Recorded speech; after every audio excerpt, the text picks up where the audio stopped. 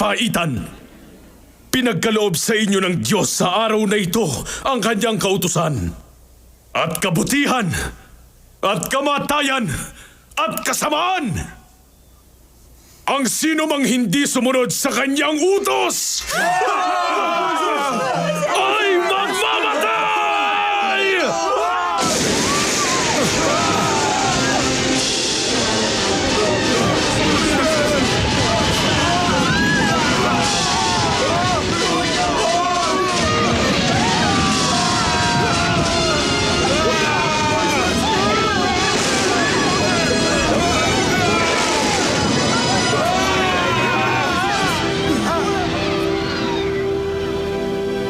At ang galit ng Panginoon ay sumiklab laban sa Israel.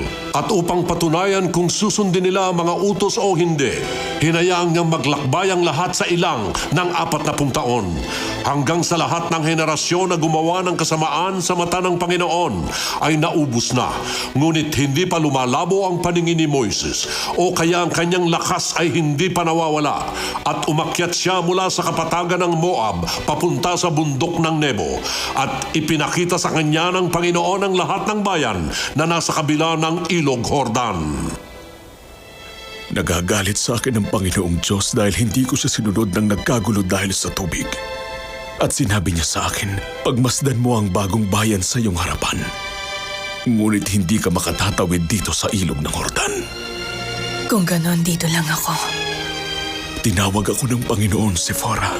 Mag-isa lang ako. Tingnan mo, Moises. Papunta na sa ilog Jordan ang mga tao. Sa loob ng kabanan, karga nila ang utos na dinala mo sa kanila. Tinuruan mo sila na huwag mabuhay sa tinapay lamang. Ikaw ang sulo ng Diyos na nagbigay liwanag sa kalayaan. Mahal kita. Josue.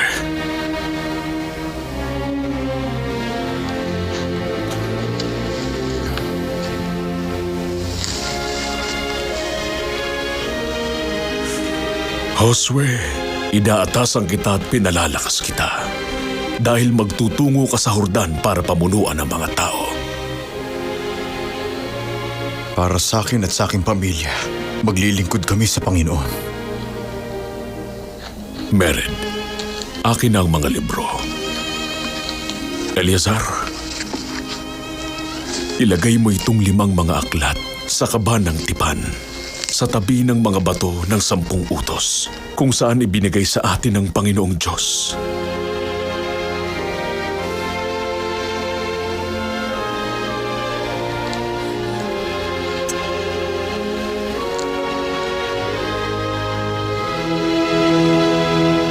Humayo kayo at ihayag ang kalayaan sa bawat mga bayan at sa lahat ng mga naninirahan dito.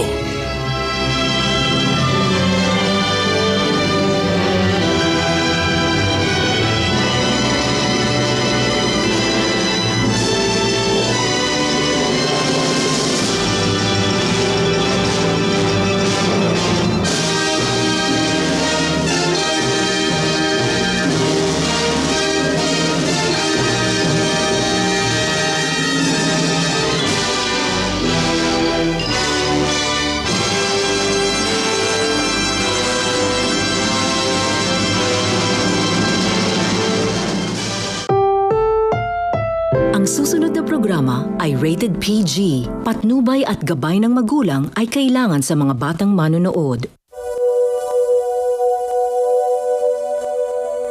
Ang mga lugar na nababasa natin sa Biblia na ninakaran ni Jesus at nakasaksi sa kanyang buhay sa mundo, maaari mong mabisita sa bansang Israel. Ang ilog kung saan siya bininyagan. Ang bayan kung saan siya nangaral.